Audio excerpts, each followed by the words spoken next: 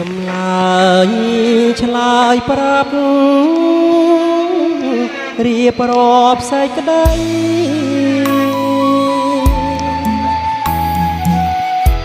ដឹងហើយហារតីរៀនសានកងវ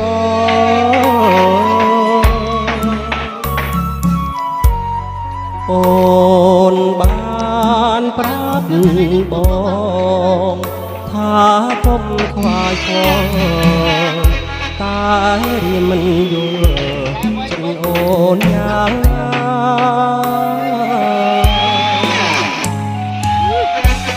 តែមេឃស្រឡាស់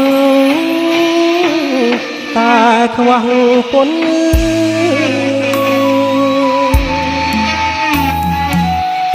រាល់ថ្ងៃបងឈឺព្រោះស្នេ